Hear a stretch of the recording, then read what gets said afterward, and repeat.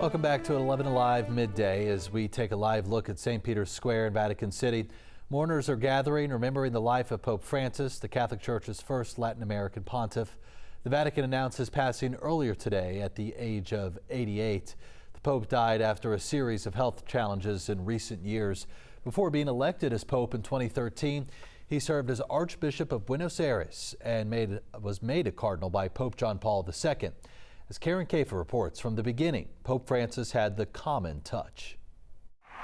From the beginning, Pope Francis had the common touch. Buonasera. A simple good evening from the newly elected Cardinal Jorge Mario Bergoglio from Argentina, the first pope ever from the Americas.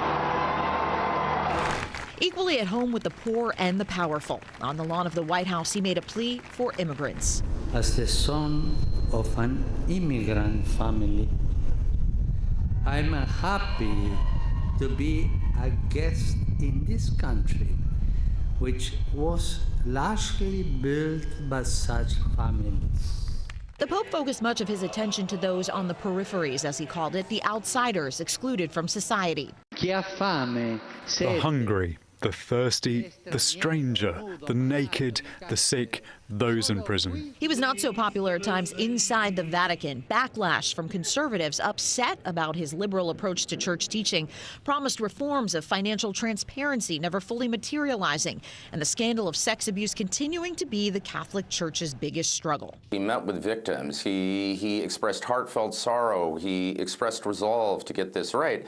But, you know, most critics, many victims, would say that that wasn't matched with a policy follow-through. When the coronavirus pandemic hit in 2020, this image of the Pope blessing the world from an empty St. Peter's Square became a symbol for that desolate time. Francis urged nations to share their vaccines with poorer countries and vaccinated hundreds of homeless and underprivileged at the Vatican.